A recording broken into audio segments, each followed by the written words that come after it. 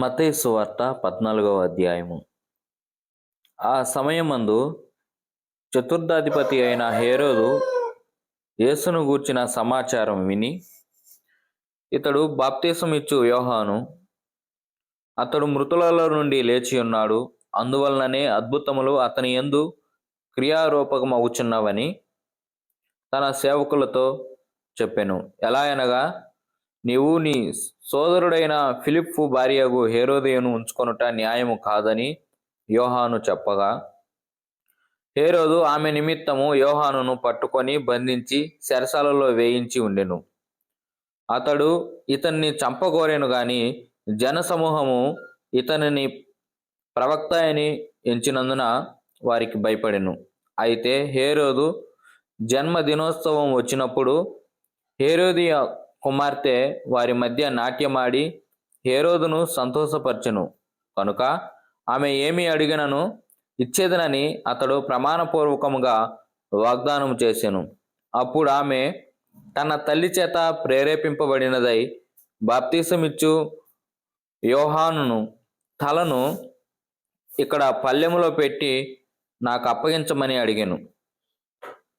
రాజు దుఃఖపడినను తాను చేసిన ప్రమాణం నిమిత్తము తనతో కూడా భోజనముకు కూర్చున్న వారి నిమిత్తమును ఈయన ఆజ్ఞాపించి బంట్రోతును పంపి చెరసాలలో యోహాను తల కొట్టించెను.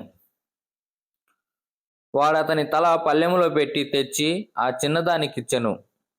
ఆమె తన తల్లి వద్దకు దాన్ని తీసుకొని వచ్చెను.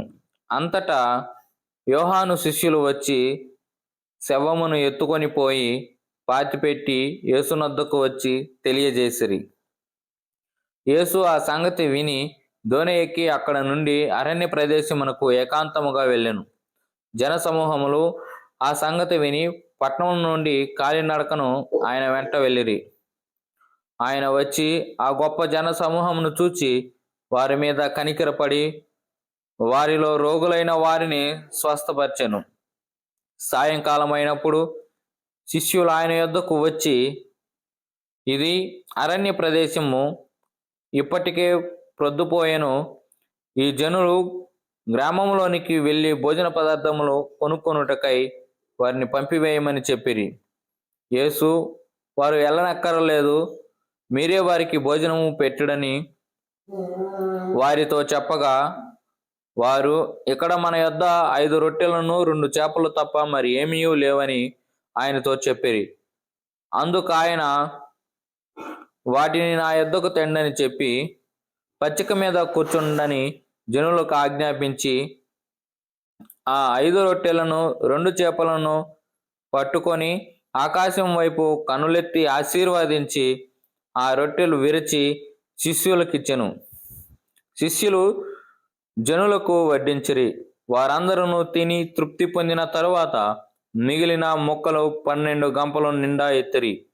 స్త్రీలు పిల్లలు కాక తినిన వారు ఇంచుమించు 5,000 మంది పురుషులు. వెంటనే ఆ జన సమూహములను తాను పంపివేయునంతలో తన శిష్యులు దోణి ఎక్కి తనకంటే ముందుగా అద్దరికి వెళ్ళవలనని ఆయన వారిని బలవంతము చేసెను.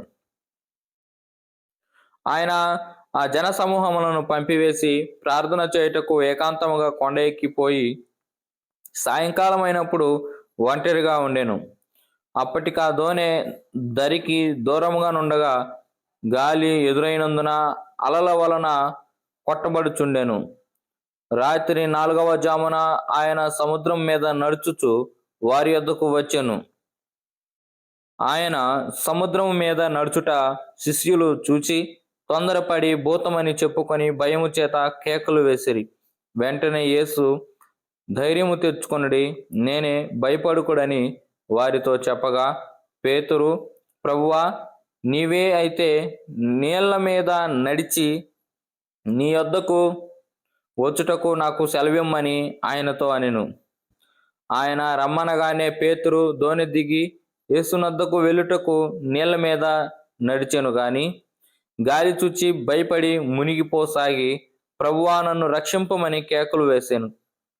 వెంటనే యేసు చెయ్యి చాపి అతన్ని పట్టుకొని, అల్ప విశ్వాసి, ఎందుకు సందేహపడితివని అతనితో చెప్పెను. వారు దోణి ఎక్కినప్పుడు గాలి అణిగెను. అంతటా దోణిలో ఉన్నవారు వచ్చి, నీవు నిజముగా దేవుని కుమారుడవని చెప్పి ఆయనకు మ్రొక్కిరి. వారద్దరికి వెళ్ళి గెన్నేసరేతు దేశమునకు వచ్చిరి. అక్కడ జనులు ఆయనను గుర్తుపట్టి చుట్టుపట్లనున్న ఆ ప్రదేశమంతటికి వర్తమానము పంపి రోగులందరినీ ఆయన యొద్దకు తెప్పించి,